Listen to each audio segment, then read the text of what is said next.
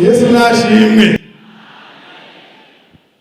Mu Mana haragutse, twese turahakwigwa iyo tubikunze. Dupfa kujayo neza gusa twisangayo. None rero turashimiye Imana iduhaye kino gitondo cuno munsi.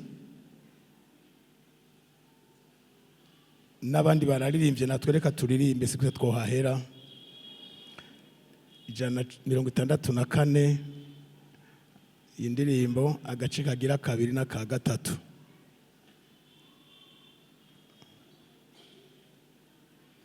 Mbere aka kabiri ka gatatu na ka kane ne duce dutatu. Yesu yanshunguriye ku giti ikandabora umutima wanje n'umunyarukundo rundangaza nije yapfiriye nije we yapfiriye nije we yapfiriye n'umunyarukundo rundangaza nije yapfiriye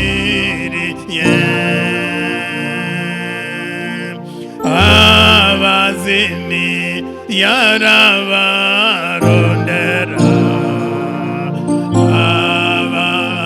abamagara ndahumeka mwumve ijwi rye we mw'abanyabyaha arabamagara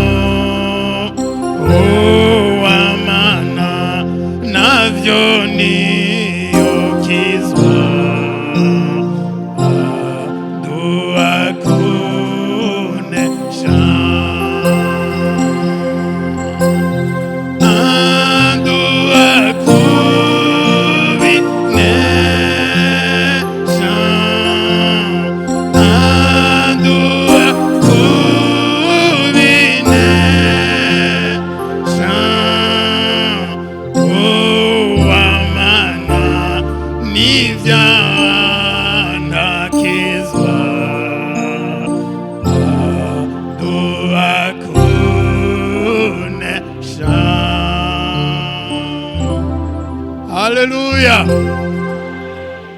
Uwamana n'ivyaha nagirante.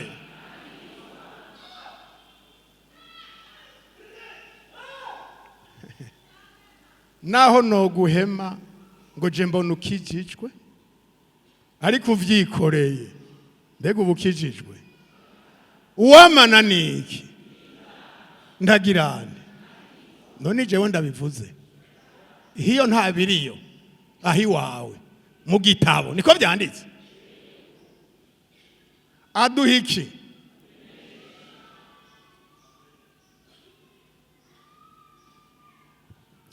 Dusome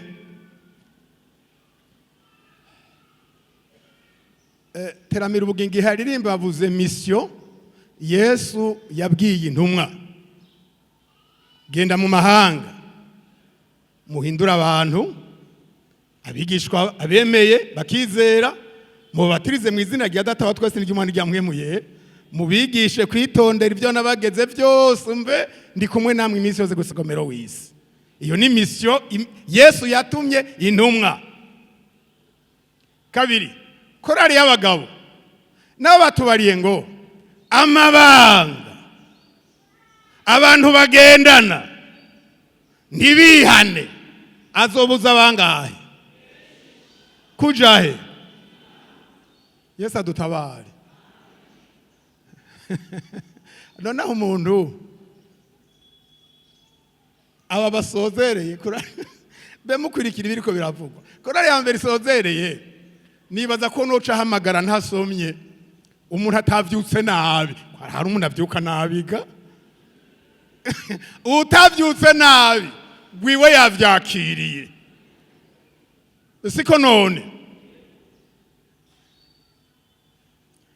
hari abantu babinyegeza mugabo, kandi ngo hari igihe bizogaragarira abantu bose, umuntu agaca avuga ati mbega yemega ndakwigwa hehe, mbega njahe. Hanyuma rero ngo hari ibisubizo bibiri ku mugororotsi no kuri yindi. Umugororotsi ruhuka, umunyabyaha gira gute? Naho baba baramubariye ngo mbona ukikijwe, yemwe ndavye nta kibanza bazoduha, naho bo twemera ino mwijuru nta kibanza bazoduha. Hazombugwa igitabo canditswemwo bande haleluya mu mazina yabo, mbega iryanje ririmwo.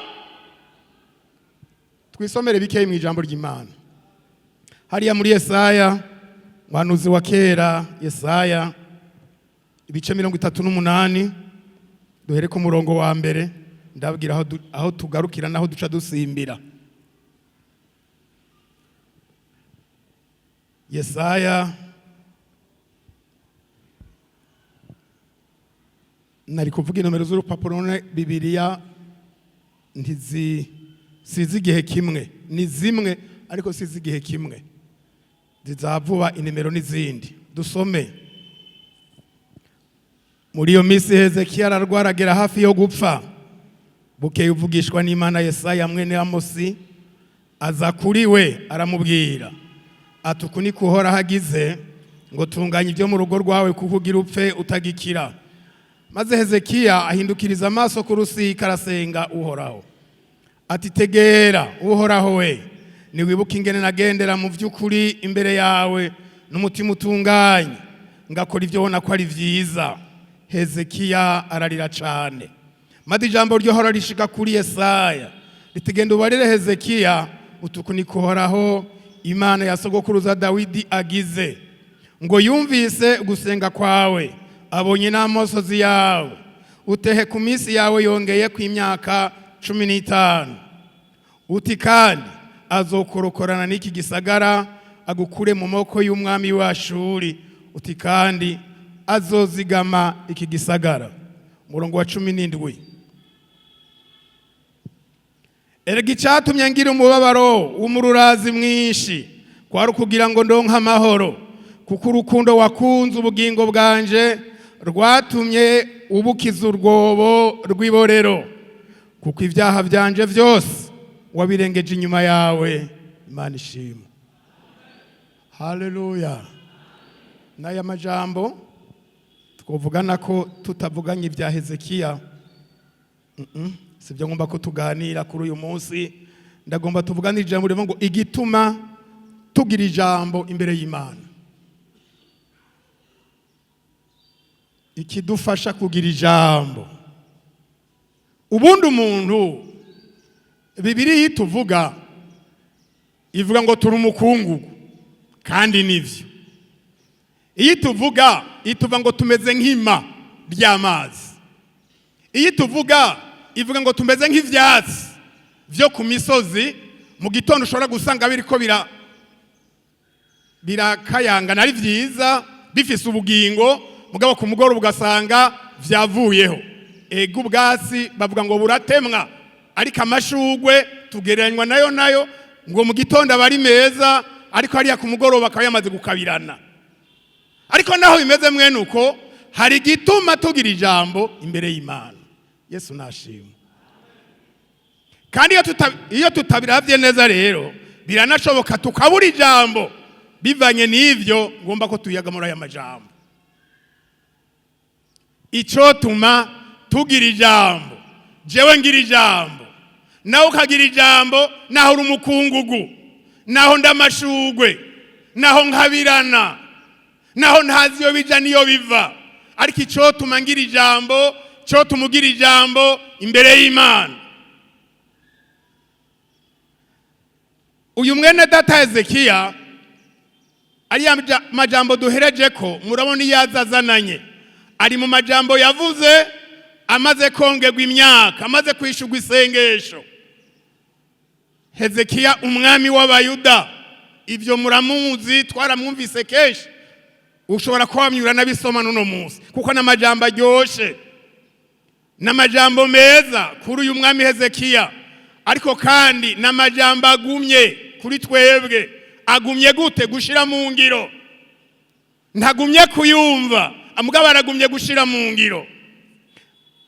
Uyu mwami Hezekiya Yesaya mutumweko akamubwira ko kwe gutunganya ivyo mu rugo rwiwe kugira ngo arengane. Tunganya ivyo mu rugo rwawe ugira upfe, mbere ashira kwijambo ngo ntugikira, naho uja kwa muganga uko vyogenda kose ntugikira. Hariya Hezekiya turabona ngo nta majambo yishuye Yesaya, kuko yaramenye ati Yesaya ni ntumwa, naho no mwishura avuze nitwiyo ashikanye ivyo yatumwe, ntaca ashobora kunyishura kirenze ivyo yambari. Yesaya caragenda, mugabo Hezekiya ko yari kimwe ibanga ry'Imana, yari mwibanga ubwa mbere ryo kutagaya iki jambo ry'Imana rimuvuzeko. Hari abantu bagishibura bakacigiza kure ngoya, naho vuga ngoya ntibituma bica biaoya. Urashobora kuvuga ngo hoya bikaguma ari yego. Hano Hezekiya aravuga ati reka mbwire uwo mbarambarira, reka mbwire uwo tuzinanye, reka mbwire uwunzi gusumvya Yesaya. Ngo ahindukiriza amaso kugisika niko twasomye, asenga Imana, abwira Imana ati tegera ivyo navuze bigoye, ingene nagendera imbere yawe n'umutima utunganye, ingene vyakunze nkagutunganira, naho nagiye ninyegeza inyonga zawe. Ivyo nakoze vyose Mana nabikoreye ku mugaragaro, vyibuke. Yarafise vyinshi vyo kwibutsa Imana. Hezekiya yimye yasanze urusengero barasambuye, imiryango imwe barabomaguye, amadirisha barabomaguye, arabisubiramwo. Ikibanza c'abaherezi caravuyeho, ikintu cyose agishira mu mwanya wacu. Aca yumva rero ivyo Yesaya muvugishije, umviriza uhora utegera. Haleluya, tegera. Ndiko ndavuga ngo icotuma tugira ijambo imbere y'Imana ubwa mbere nuko jewe n'Imana ataco twoba dupfa. Yesu ashimwe. Akaba atacupfa n'Imana, uhagarare n'ibirenge, niko baturirimbiye ngo hagarara n'ibirenge vyawe ntugire gute, ntutinye mwana w'umuntu, ntihagire ugutera ubwoba, uvuga uti ceceka, kuko hagati yanje n'Imana ntaco dupfa. Bibiliya ibarira ngo abanyavyaha bahunga byari atakibirukanye. Umunyavyaha yamana ubwoba, ngo mugabo bagororotsi bagira umutima nk'intambwe. Haga Dawidi yahangara Goliyati yavyiyumvamwo, yaravyiyumvamwo, jewe n'Imana, si jewe ngiye tujanye n'Imana, kuko turi kumwe. Iyo ataco dupfa n'Imana, Imana turegeranye. Mu vyakozwe n'intumwa bavuga ngo namba woyikabakaba ukayumva naho itari kure y'umuntu n'umwe. Hano rero Hezekiya amaze kubwira Imana ati tegera ingene nagendera imbere yawe iminsi yose n'umutima utunganye.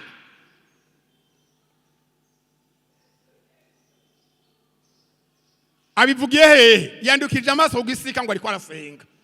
Ntiyabivuze ariko aridoga ngo ariko gamana nkaba ndumugororotsi nawe ugacungirira ibi. Oya, siko yavuze. Tegera, birashoboka Mana ufise ibikorwa vyinshi, birashoboka bikaba vyaguciye mu gahundukwa, ngenda kwibutse. Tegera, ongera wibuke. Kandi abivuga ariko ararira ivyiza yakoze, ngenda agendanye n'Imana, amasengesho, ivyo ni 2, ari mwamosozi, ivyo ni 3.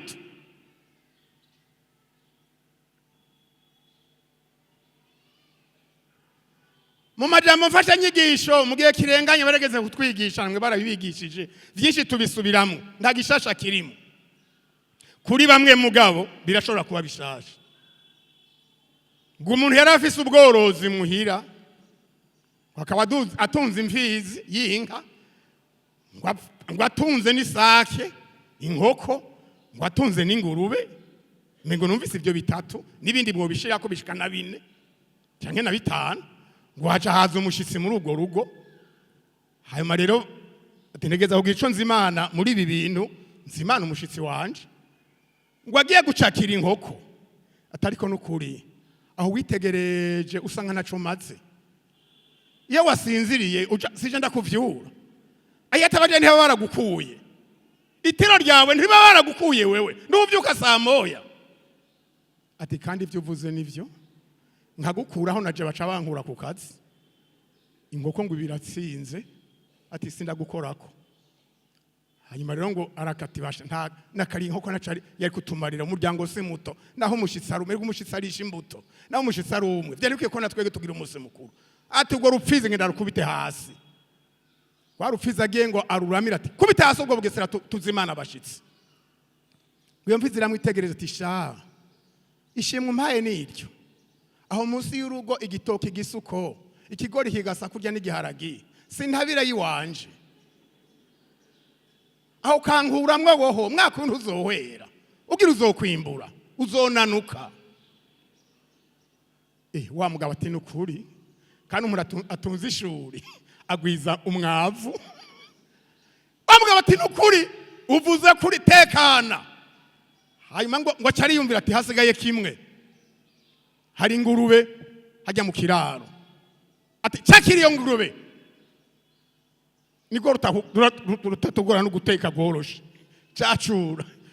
Bati wa ngurube ugiye kugikwega ati hewe Isake yavuze ngo nivyo urashobuja, kandi inka nayivuze ngo niyitabira indimo, none wewe ntavyo wovuga ngo bagusivye. Ngo ahibiriga ngo wavuga nawe urazi ngene ivuga nuko nyene igumiri muri ivyo. Baca barakwega barakura kwizosi barazimana, abo bazimana. Hari umuntu atagira ivyo avuga imbere y'Imana. Abantu ntibisigura ngo nta bukene bagira, nta mwanya wo kubivuga bafise. None ambwira ngo abantu bareka gusenga ngo urabuze bibagoye, bari navyo mugabo nta mwanya bagira. Ruhuru y'abakristo rero n'amajambo bavuga, barafise amajambo menshi bavuga mugabo gusenga ntibikunda. Baragwije wavyumvisa ivyo. Satana azokwica, azokugirira nabi. Hezekiya aronka ivyo avuga, jewe ibuka ingene nagendera imbere yawe n'umutima utunganye. Hezekiya ngo arasenga arongera ararira, kandi ntiyari umuntu bayabaye nka jewe, yari umwami akomeye mbere w'ihanga ry'abayuda. Mugabo araronka amosozi, arafise ibintu bimugoye. Hanyuma rero hariya twasomye ati cyatumye ngira umubabaro ukomeye, kwari kugira ngo ndonke amahoro. Narababaye ndarira, ariko inyuma y'ivyo narose amahoro. Ati ndagushima rero kw'ivyaha vyanje wabirengeje inyuma yawe. Haleluya. Icomba muri kino gitondo uwaguhamagaye bya bindi wiremetse akabikurengereza inyuma yayo. Muri aba kera baririmbye umwe yavuze ngo ibyaha byanje byarabambwe ku giti, si bimwe gusa ni byose, si nk'ibitwaye yarabinduye, Imana ishimwe haleluya, nimpore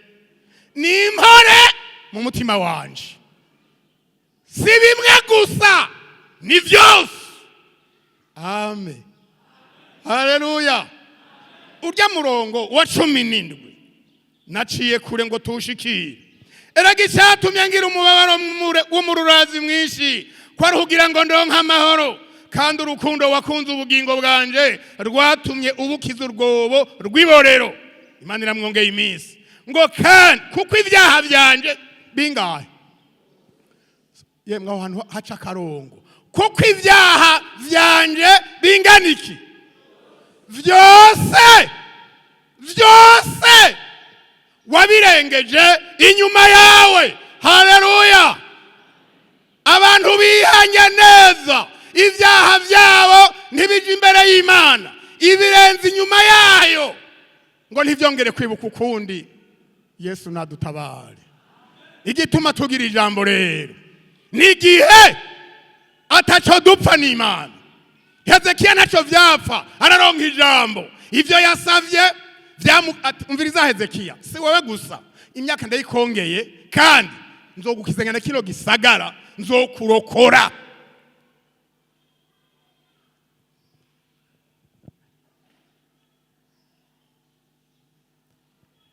Haraho umuntu agera mu gihe ibintu biduhanga. Dusome gatoya.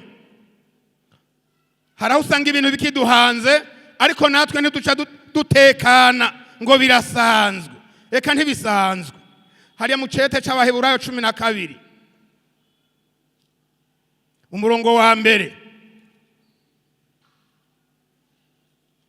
turafise igikorwa. Haga tubonye ngo Imana ibyaha byacu irashaka kubirenza inyuma yayo, nihogwa c'Imana, ariko natwe turafise igikorwa kituraba. 12 umurongo wa mbere,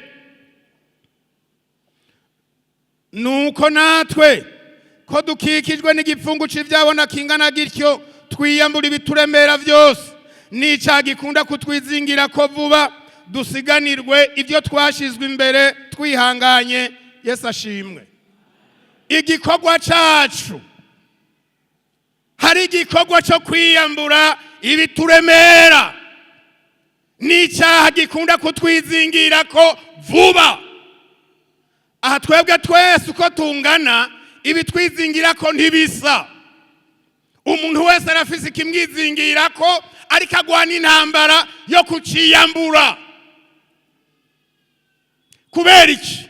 Mwarasomye, ntidusome yo mwarabisomye.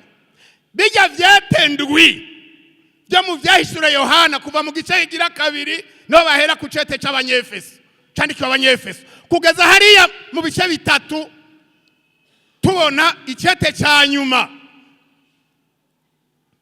candikwa ishengero ry'Laodikiya. Uko ari ndwi vyose birafise ijambo rivuga ngo unesha. Amen. Ugira gute? Uneshwa nta jambo agira. Bibiliya mwita ikijora.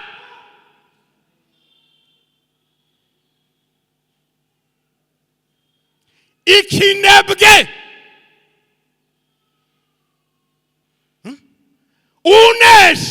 Unesh amasezerano ari kunesha.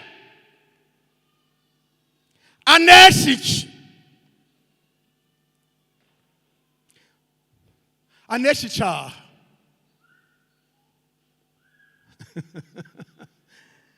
Bavuze ngo batunigana ngo saba inyama n'amaraso, siko none iyo bagiye kubi ikintu cyose bakidondagura ngo tugwana n'isi, tugwana Satani, tugwana n'umubiri.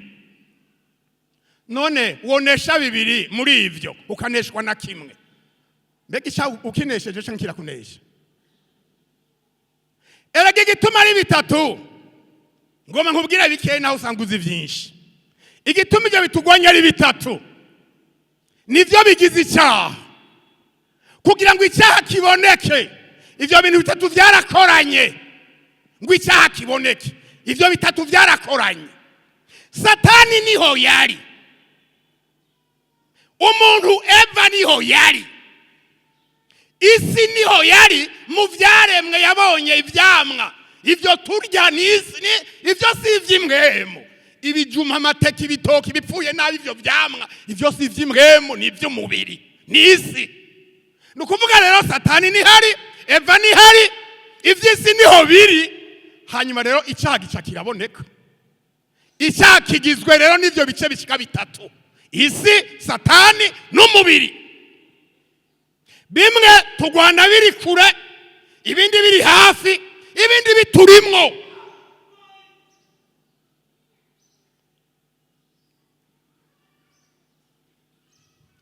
None uvuze ngo nakayantutse, mbega hagaze hakurya y'ibarabara uri ngaha, agututse nicyo gushikira, icyo gitutse nicyo kubabaza. None uvuga uti none wewe mugongi abantu ntitumeze cyo kimwe. Ntaca abantu, hari abantu bagera kure mu vy'imwemu, mugabo akaba bagera na hagati n'abandi bari hasi cyane. Abantu muhora mugiriwe ubuntu babatutse, mugaca mubahezagira. Gorora turabe. Ariko niyo mvugo ya Bibiliya. None si mu Baroma ngo abatuvuma tubwire gute? Tubahezagire, ntitugire gute? Ntitubavume. Urashobora kudakoresha umunwa ngo umubwire uko akubariye, mugabo hari imbere uzohura n'abandi. Kandi aho ngo ntuvuze urakijijwe, ugumye ukijijwe, nta ngorane we urera. Abatuvuma ngo tubahezagire, navuze ngo bigoye gushira mu ngiro. Kuvyumva biroroshe, ariko gushira mu ngiro yemwe. Ariko kandi kwivuga ngo unesha nta uzobikura. Uneshejwe ni vya bindi twumva, mviraho. Gerard yaranyemera, mviraho. Mukinama baranyemera, mviraho. Sinigeze ndakumenya. Jewe ndiko ndabikora, ndiko ndavuga nshiramwe udutege twose mperezako. Mugabo wewe ndoka, ni buhoro buhoro ondoka. Ugacuga ngo uragororotse. Uragororotse ma, uragororotse. Iragororotse. Kandi ahijuru mbere twavuze ngo ico kirere kiriko kirakira abatari bakeyi. Erega hijuru abariko barajamo, bariko baragendayo. N'abamanuka baja muri rwa rwobo barashishikara kumanuka, barabisikanya. Naha turabisikanya, bamwe baraduga abandi baramanuka. Bamwe bakora ibyo kugororoka, abandi bakora iby'ubupfu.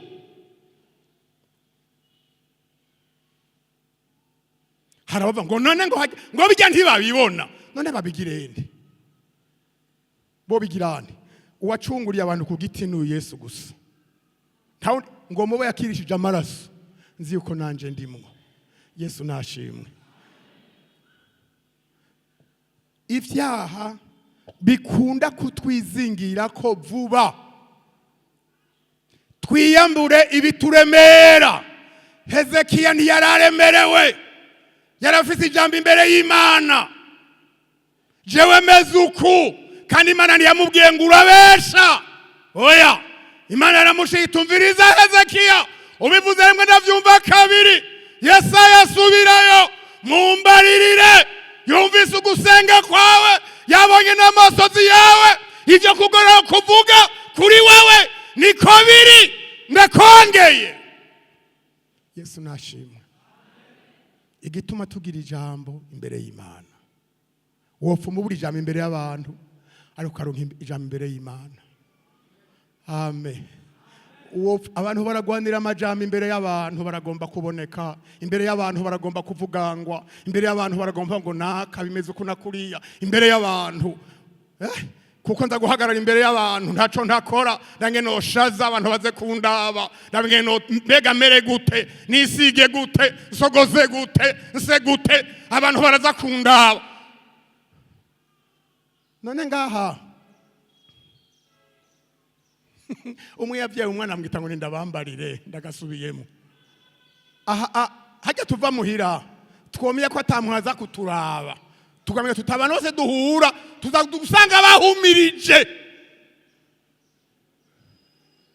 Aha twotumwanya w'ivyo dukorera imibiri yacu ngo turabwe nandi.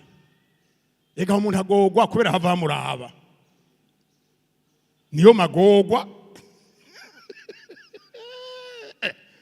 Ehumviriza, hari bikunda kutwizingira ko vuba, niko umwanditsi yavuze.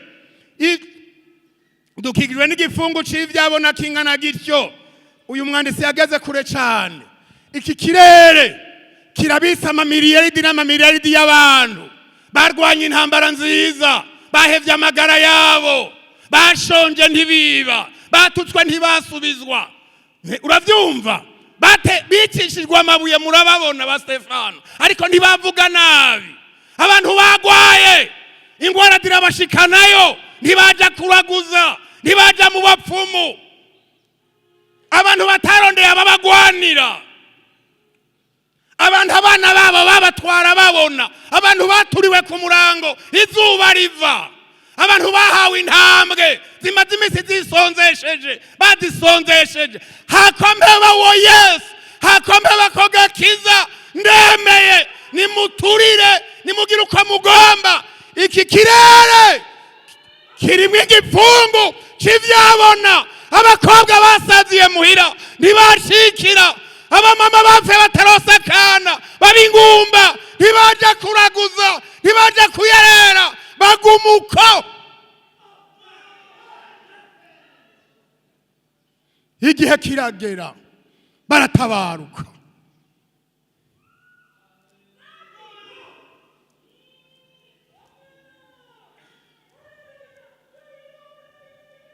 Hari abantu batazi ivyo barimo, ko ndavyibutse jana yose abantu bambwira muri protokole bariko baragendagera barashaka ntaco ikigeranye inyigisho fasha inyigisho ntigoye aho abantu mu miga nkaya usanga bari muri ibi ntibazi ivyo barimwo, baragowe. Ore kwako ndugu,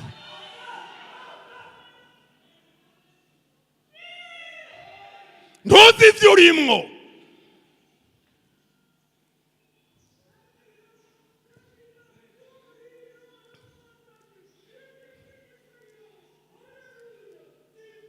Dukikijwe n'igifungu c'ivyabona. Aha muriko muraraba, bamwe muri bato twarabaye bato, natwe twarabaye bato. Iki gifungu bavuga aho gamwagwaruka rw'imisore, muzohagarara gute impande ya Yosefu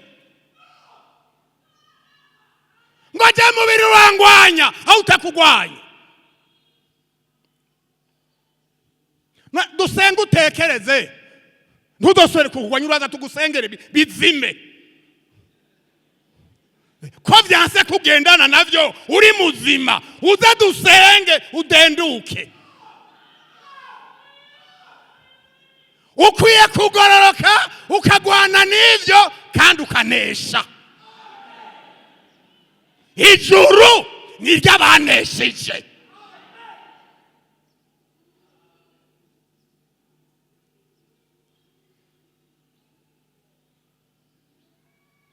Ngo imyaka iranjanye ikujanye hehe?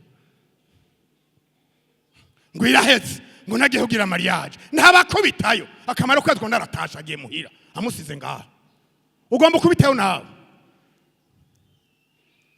Reka itonde, hariho igifungu c'ivyabona. Bavuze igifungu bavuga ngo n'abantu benshi barwanye intambara, baranesha umubiri, baranesha isi, baranesha Satani, kandi ari abantu Bibiri mbwira kuri Enoke agendana n'Imana imyaka 365. Imana iramujana kuko imushima. Imana nta masantima. Umugore yasigaye aho, abana basigaye aho. Nutezwa hakezwa umugabo azogenda nawe usigare. Nutezwa hakezwa abana bazogenda nawe usigare uri gishitsi.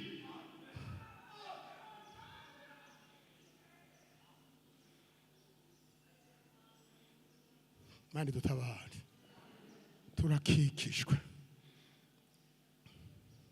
Bapfasoni mupfakara mukiri bato. Hana kobwa wa Fanuweli ku myaka 7 yo kubana n'umugabo arapfakara. Cyane mu rusengero ngo yama mu rusengero ku murango no mwijoro asenga Imana yinginga yisonzesha. Igihe Yesu aje yavuze ategome nanjye ndatahura ivyuwo nari narabihanuriwe. Imana yari yarabimbariye. Yabandi bazezeta babanyabwenge ivyanditswe baja kuzezeta mu bitabo niko vyanditswe n'umuntu yavugishwa n'Imana. Umviriza, yarigiweyo impwemu mbi zo mutera zivuye mu ndi bagore bingana. Hari abagore bafise amagogwa mu mutima. None wagumyuko none agirende agume gute? Tekana hari igifungu cy'ivyabona kidukikije. Bariho nageranije n'abantu b'umurongo, nageranije n'abajya abantu bakina bari muri tere, dufate bariko bakina umupira. Abantu babarorera mpora numva niyo ndi ngaha bariko barabigira hari ya 5 saa 6. Ugira ngo birigura bibaza rigusanga aho uryamye. Ugwamo ngo utawukirinjiye kweri. Kandi si yuri nta nivyo ubona mugabo ugwamo. Hari rero baradukikije baratwitegereza. Irwamba turimwo ngene turiko turagwana intambara. Harabagira ati ntituvyumva ariko bagira abamwijwe ati gerageza shishikara ugira ushike ugira uneshe komeza ntukate naho nyene umwasagira kubise. Harusanga dusuye inyuma gatoyi mwene uko kandi ngase twagira tumuneshe. Yesu nashimwe. Yesu nashimwe. Igituma tugira ijambo Hezekiya ati ndafise ijambo imbere Imana ryo kuvuga kuko ntaco dupfa nayo. Nagendeye imbere yayo n'umutima utunganye. Muri inzira kuja mu ijuru bigufi umuntu aravye atavyegeranije yegeranije hamwe ni nka 3 gusa. Icyambere agakiza kwihana ivyaha. Kugakiza Zakariya yavuze ngo nuguharigwa ivyaha nta bindi. Musengera hana kansenga amasaha ya naya oya mushobora gufata iminsi yo gusenga kandi utakijijwe. Ivyo birashoboka. Umuntu umwe inawezekana. Umuntu umwe yari umumama. Impwemu mbi iramutera yonse umwana. Wose umugani. Imuteye rero acafata amafungo. Impwemu mbi mubarira ngo utegeza kwisonzesha indwi 2 utarya utanywa amazi. Yonse umwana ntagira nido. Musi wa mbere, musi ugira kabiri, musi ugira gatatu. Umwana agiye kurondera ivyo arondera mu kiriza ntagirayo namba. Nisheshe itarika arakuyiga. Umugabo we rero mugabo yaraciye ubwenge acarondera umukozi Imana ati ngo hano uyu mudamu wanje amaze 3 kandi amaje nozogarukiriza rya aravuga ngo nindwi izi ngo ari imbere y'Imana ngo agomba kubambira hari ikintu bavuganye n'Imana. None ko ntagira amahera y'amata gigoze singira namba none bigende gute? Umukozi Imana ati ntacu ngo hano madam ngo hano nibiki ati Imana yambare ko nosenga izo ndwi zibira ati ntumbere ufise niya ngomba kunezereza Imana. Sawa tipfuka maha arasenga umukozi w'Imana Mana ibi nibiki iminota nk'ibira ati nibiki twagomba kumwica twagomba tumwicisha inzara apfe, n'urya mwana apfe. Abadayimoni kandi ntumbero umubona kurya yahevye. None usanze uri karasenga mukuri yaretse kurya no kunywa, nuri karasenga afashwe n'abadayimoni yaretse kurya no kunywa, wo batandukanya gute utasenze? Ivyo rero ni ibintu bishoboka, umuntu akaja muri ivyo ariho gusenga hagati yiwe n'Imana afise ikintu kitameze neza. Turakikijwe, ndiko ndakorera Imana, ariko sije ntanguye, nduwa vuba, ndabizi kandi ngiye kuzoheza. Wagira nzokwama ngaha? Urahama wewe. Je utangenda. Ndafise ico ndiko ndakorera Imana, mpejeje ngo maze mpejeje ivyo ndamukorera muri iyi si, azonyemera kuja hehe?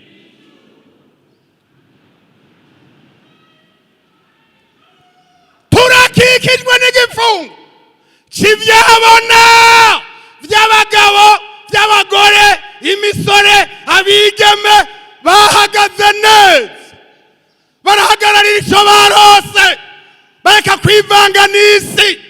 Ivyaha barabitawa, barabita mbere kure, hagati yabo navyo harasigara umwanya. Aho barafise ijambo imbere y'Imana, naho nori mwima ari inyase, mwijoro arafise ijambo. Haleluya, arafise ijambo. Murabona umuntu afise ico Imana yamukoreye, asavye ati ngomba gushima Imana, agomba azatazi kuvuga. Uwo mwanya usavye arawuronka, araza ati ndafise ico Imana yankoreye. Mbega aho ndamwankiranije nakimukoreye? Nomwankira ngo iki? Ninguvuge ngarati ndashishishi Mana, abamwe mu gaca mutwenga ngo ndazi kuvuga. Arabizi. None ubizi ko atavya gukorenguze, ariko atabizi twayimukore kadajujute. Bibiri bitubwira muri Yasangu iyo nzira n'umuntu w'ikigugu ntazozimira.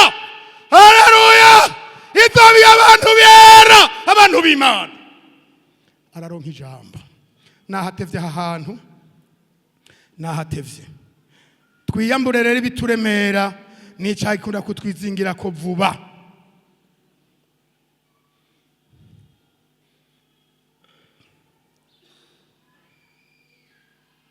Abadandaza b'amamesa hariya mu mabido harahasuka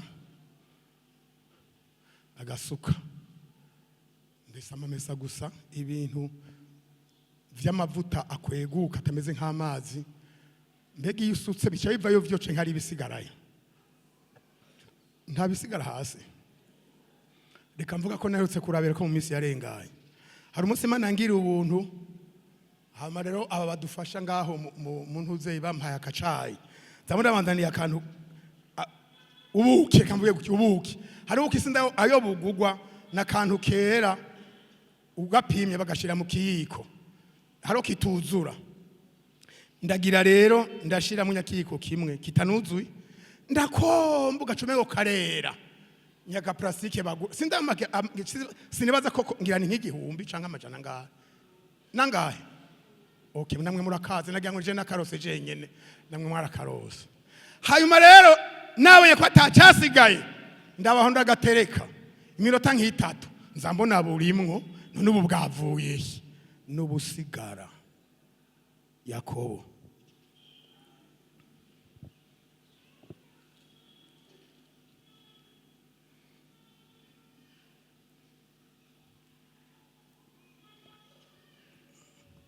igice ca mbere umurongo wa 21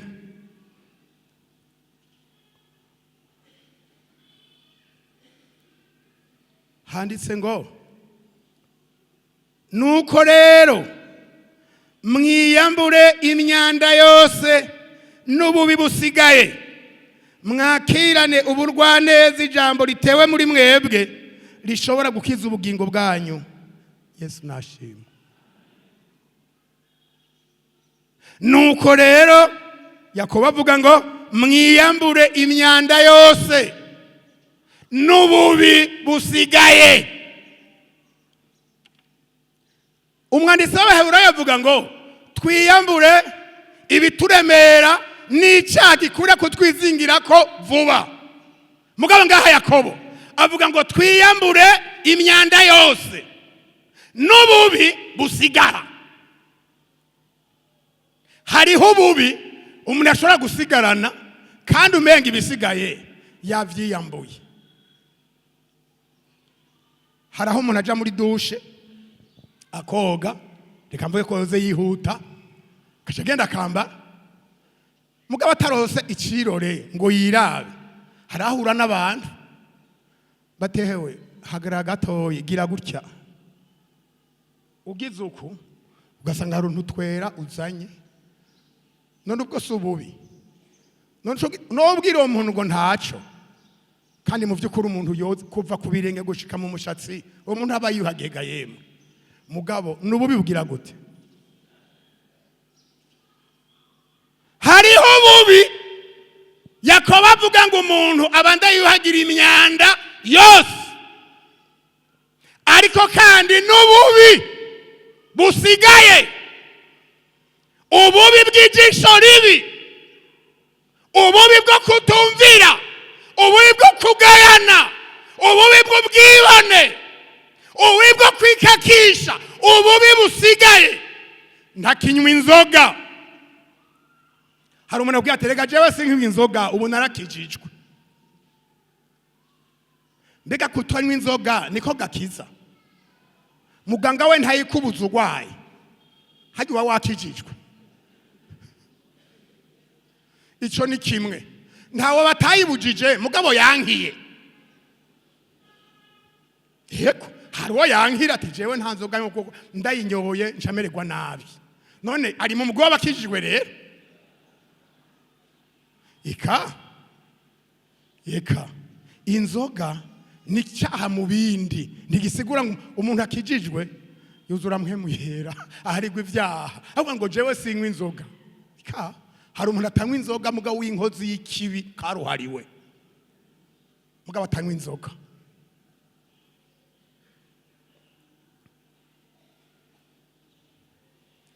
Ububi bugira gute? Ububi busigara hariya kuri barko, ububi busigara. Twiyuhagire, twiyambure imyanda yose, ariko n'ububi busigara. Ububi busigara, indavanyanga zisigara. Pawulo karabwira abanyefeso gice ca 5 yarabakuri inkoni ku gishitsi atumviriza, uyo mukwe yitwa Kristo azozira kujana ishengero azoryishira ari ishengero ryejejwe ritagira gasembwa, ritari kumugayo, ritari kwinjebejebe. Ivyo abantu bazagembana n'ivyabo abaja mwijuru abo ntibameze batyo. Ari nuba ari kwerakora igikorwa cyo kuryeza, kuryuhagira, kuritunganya, kurikura kwa gasembwa, kurikura kwinjebejebe. Na Petero yaramwunganiye ati iryo juru tujamwo, umuntu ari kumugayo, umuntu ari kwikirabagu, ntashobora kujayo. Muri iryo juru risha, muri yose isha y'abana b'Imana.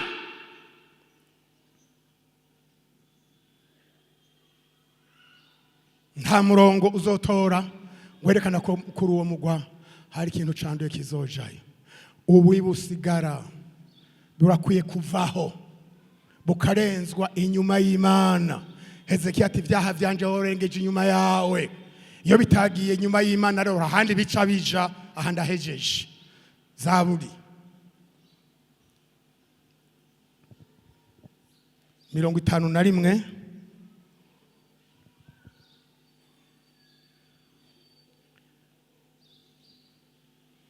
yari ko arihanaza uyu mugabo Dawidi.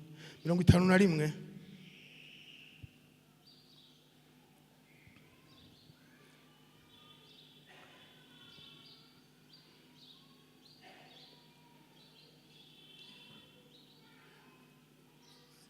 hari abantu bahora bataruha umwanya cyo gasanga ibyo basomye arengana atazi ivyo ari byo.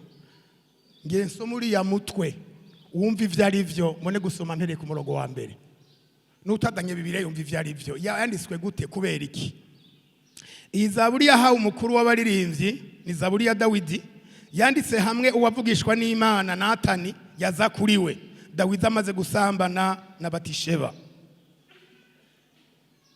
Dawidi yacumuye aravuga ngo ngirira ikigongwe Mana kubw'imbabazi zawe, kubw'isizi ry'imbabazi zawe usibanganye ibicumuro vyanje, unyuhagire rwose ugabitanya kwanje, unyoze icaha canje. Aho ndondera kuko nzi ibicumuro vyanje, icaha canje cama imbere yanje kugeza ryari? Icaha canje cama imbere yanje na ntaryo. Kugira ngo icyaha kive imbere y'umuntu hari ibintu bibiri bikorana. Ubwa mbere wenye n'ubwiwe akoranye n'ijambo ry'Imana, akoranye n'Imana, icyaha kiramubisa kikava imbere yiwe. Icyaha canje cama imbere yanje na ntaryo. Uko Dawidi agiye aguma bibona vyaguma bigaruka, nawe birashobora kuguma bigaruka. Mbega nzogire gute? Urashaka kunakubita ngaho ugasubira hariya ntaco nagiye. Oya, ni wewe cama imbere yanje na ntaryo. Ni wewe nacumuyeko, mparira icyaha canje. Muravye Dawidi kwihana kwiwe kwagaragariye abantu benshi, n'abakozi barabimenye. Muravyumva, abakozi ba Dawidi barabimenye ko Dawidi ntihanya ahagaze, yihanye aryamye kumagunira hasi mu mukungugu mu munyota ararambarara, abantu bakamuca hejuru. Ndiko niba do majambo nagera umvijwe y'amajambo avuga ngo ngwerega haga icyaha ca kijambo. Turafise ijambo imbere y'Imana, ariko icyaha kije ijambo rirahera. Icyaha gikura umugabo ku ntebe kikamwicarika mu mukungugu. Icyaha gituma abantu bakurabira hasi, uramanuka hasi bakagucira inyeri. Icyaha ca kijambo, icyaha ca kiteka. Icyaha kirakitekana. Ugibona umuntu yahagaze neza, mwagwaruka umusore n'umwigeme bahagaze neza, Imana ikabazigamira ubwo buto bwabo bakagwana iyo ntambara, Imana ikabaha kunesha. Ukazobona baraje bati twe turafise integuro y'urubanza, undi munsi tukaberekana bagahagarara hatabo bazogira ubukwe. Harundi ariko agatu atasayo nikoreye, sayo nikoreye. Eka si wewe, ni Satani yakugiriye nabi. Undi munsi ijambo rikaboneka, iki gihe ni cy'iterambere, kazona abavyeyi b'umuhungu n'ab'umukobwa bariko barahana amajambo bava ngo turashimira Imana, n'abarya abana turabashimira, turabashimira, bakaryosha ibintu natwe tukajamwo tukabiryosha. Tuterega muri cya gihe wahora winjye naho ari muri korali hitwahaguruka, mugabo no munsi Imana yaguhaye ijambo turahaguruka naho tungana mwenuku hariya mu miryango. Iterambere urirageze kure, hariho n'akaririmbo bagashirako uwo mbungu n'uwo mukobwa, siko none none hajya nzobabaza aho bayitegurira, nzobabaza hajya mwari mwiteguye ryari, mwayiteguriye hehe? Kandi bakayitambukira, ntuge ngo bayiririmba bahagaze, bariko baragenda, bakati bagenda ku manote, ntibajaganya mu gutambuka kubera Imana iba yabahaye iki. Haleluya! Dawidi ijambo riratakara yisanga hasi, ngo abona ko baranwengurana bati yemwe amaze iminsi atafungura kandi umwana agwaye uko acikanye ntimumubare uca yiyahura. Arabona ati abantu bari ndabona bafise ijambo, ati mbarira bigenze gute? Ataracika, aracikanye. Ati mamazi noge mumpe n'ivyo ndya nirire. Abandi babuze umuntu apetira hera, mugabo nawe warahwereye apeti ciyiza, ivyawe bibaye gutate. Murazosoma murabe aterega jewe gituma nkwiye kurya, iyo agiye nzomusangayo, mugabo wewe ntakigaruka iyondi. haga nisonzesha ngira ngo ndabe ko umwana wanje yogaruka agahembuka, none ko acikanye ncisonzeshereza iki mbandye nicwe n'inzara nawe yahwereye tibikunda. Ndiko mvuga iki? Yari hasi nk'umukungugu hasi, abona ati uyu mugabo yaragize ingorane. Mugabo rero aragera kwiye ati Mana vyarabaye ariko ngirira imbabazi, newe nacumuye ko iki cyaha canje campa imbere yanje na ntaryo. Icyaha ikintu cyatumye ijuru rimanura Imana ikamanuka gukorerwa yakorewe kubera icyaha ni kibi, ariko tumeze neza imbere y'Imana. Turaronka ijambo nahejeje, ndagomba dusenga Imana. Wewe ibintu ugomba ku Imana irenza inyuma yavyo, inyuma yayo ntibize bigaruke, vyakunaniye wanyigangije bikanka nibiki. Hezekiya ati ndagushimira iki kintu wankoreye kw'ivyaha vyanje. Namba ufise umubabaro ngo Hezekiya arafise, nimba ufise amagogwa muri we y'umururazi, nuno munsi gihagaze imbere yawe nk'umusozi, ariko Imana iremera ko mu gihe ubigizemwo uruhara ukavyemera iriteguye kubirenza inyuma yayo kugira ngo nawe ugende unezerewe. Turaguhaye kaze, tunama imbere y'Imana, twuname twese imbere y'Imana, turaguhaye kaze. Yesu agutabare. Igihe ugiye uremerewe nigihere, nibiguhereko, niwidegenze, nubohoke, uronke ijambo imbere y'Imana. Ego cyane. Warasenze biranka kurengana kubera iki? Hari ibintu bizibiye, hari biguhagaze imbere, ntavyo nzi jewe, byakunaniye, ububi bwasigaye. Bamwe mwarihanye ariko hari ububi bwasigaye. Yakobo avuga ngo mwiyuhagire ubwo bubi busigara.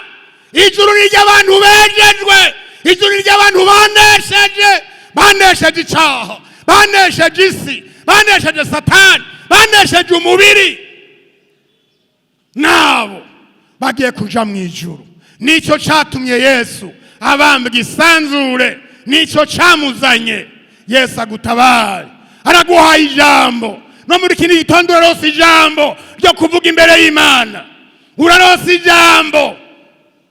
Shimira Imana uti Imana urampaye ijambo, ndaronse aho ndabivuga. Bo Pastor Joseph na Kororere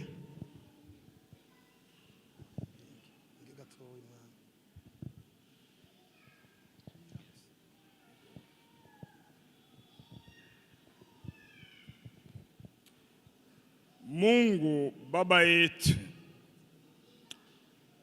jina lako liinuliwe, sababu wewe uko Bwana wa mabwana. Tumepokea chakula kutoka mbingu, watu wanakuja mbele yako, wanapiga magoti mbele yako, wanatafuta utakaso kwamba wasamehewe dhambi zao. Maana wewe bila kusamehe dhambi za wanadamu, nani atakayemsamehe mwanadamu? Lakini kwa sababu wewe uliyeingia pale kwenye Golgotha ukasema kwamba yote yamekwisha, na sasa damu yako ikatusafisha, uje sai mbingu zikubali umati wote ambao wameanguka mbele yako Mungu. Ukubali kuwatakasa, ukubali kusitiri uovu wao, ukubali dhambi zao zisikumbukwe tena, ukubali kuzika maovu yao, ukubali Mungu kwamba nao wageuke tena upya kuwa vyombo vipya tena katika kazi yako. Katika jina la Yesu tunahamakia dhambi zote ambazo zimewaleta hapa. Katika jina la Yesu zizikwe, zisikumbukwe tena na tena. Mungu wasizikumbuka hizo dhambi tena katika jina la Yesu. Dhambi zipotelee mbali, dhambi zipotelee mbali kwa jina la Yesu. Dhambi ni sumu mbaya, hiyo sumu ya dhambi ambayo inararua mioyo ya wana wako Mungu. Kumbuka rehema Mungu.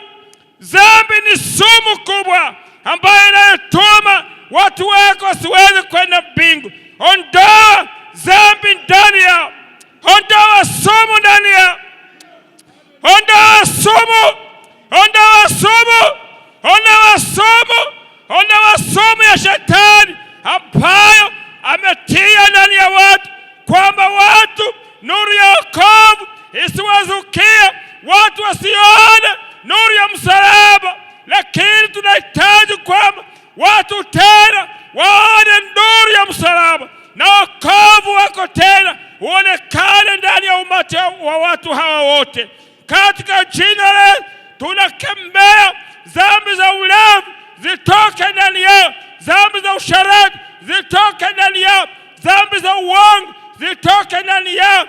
Kila dhambi zote, ile mizigo mizito yote iliyowalemea uichukue Bwana Yesu, maana wewe ungali na rehemu, ungali na rehemu, ungali na rehemu. Mbingu zingali zina rehemu sawa sawa na rehema zako Mungu, sawa sawa na rehema zako Mungu. Ukubali kurehemu wana wako. Wewe ndiye aliyekufa kwa ajili ya kanisa. Kanisa linaanguka magoti, walikosa mbele yako, wanahitaji watakaswe. Mbingu zikubali kuwarudi tena, uwarudi tena, uwarudi tena, uwarudi tena. Furaha ya wokovu irudi ndani ya wamama, ndani ya vijana, na yale yote walioyatenda Bwana uyaweke mbali nao, uyaweke mbali nao, uwaweke mbali na ile mizigo ya dhambi tena, wasirudi, wasije wakaonekana kama vile mbwa anavyotapika matapikio anayarudi kuyakula tena, vile nguruwe anavyooga ndani ya maji mazuri anarudi ndani ya matope. Lakini hizi dhambi zao zitupe mbali, mbali, zitupe mbali, zisikumbukwe tena. Katika jina la Yesu tunawaombea hivyo. Bwana uwasikie na uwarehemu, maana wamekiri sawasawa na vile mwito wa neno lako lilivyohubiriwa. Kwa utukufu wa jina la Yesu warudi na furaha ya wokovu tena. Amen.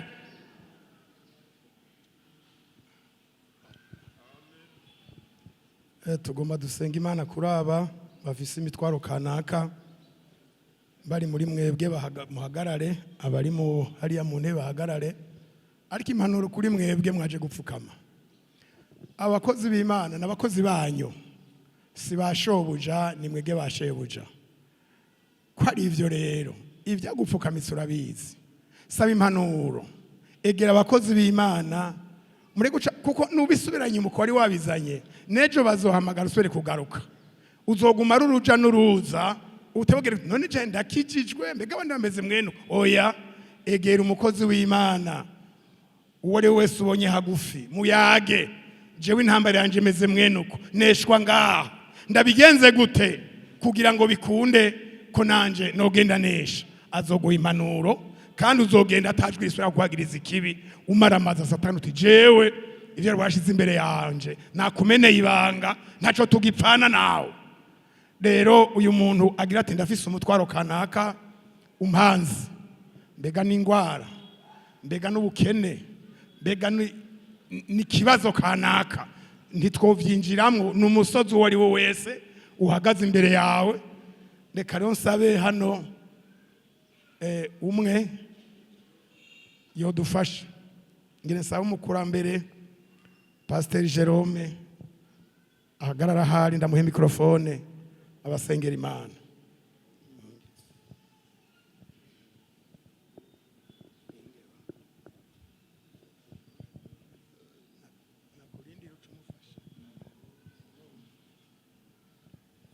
uhoraho mana yacu uri mu ijuru, mu izina rya Yesu Kristo turagukengurukiye ububasha bw'ijambo ryawe.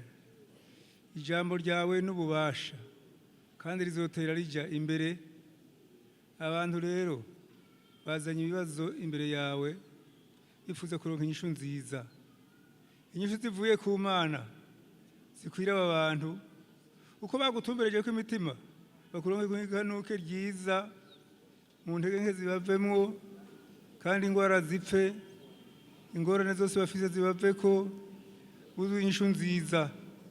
Turabasaba kuronka inyishu nziza zivuye muri Kristo Yesu, kuko waje hano wujuje ibikwiye bagusaba bose, wujuje inyishu zabo zose, baronka inyishu nziza mu izina rya Yesu Kristo. Bahabwa inyishu nziza ku bibazo byose bafise, batahe basindanishirijwe, batahe bari mu ishimwe n'impundu n'umunezero, bagushimagiza bagushira hejuru. Mu izina rya Yesu bikoreke.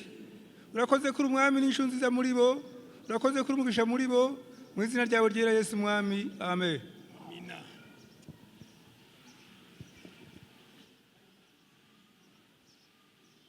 Abumva ijambo ry'Imana bakarizigama, Yesu nabahezagire kandi Yesu akubera igisubizo muri byo wahaguruka imbere y'Imana.